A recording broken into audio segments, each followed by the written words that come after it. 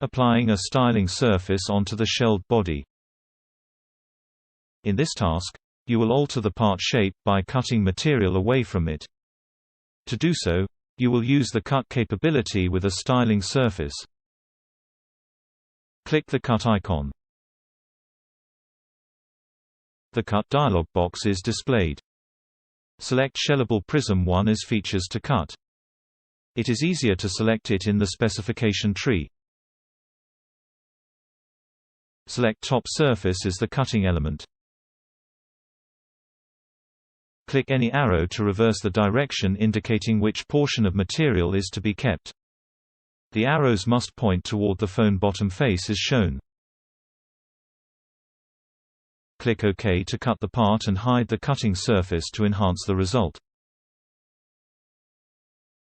The specification tree indicates this operation under the name of Cut 1.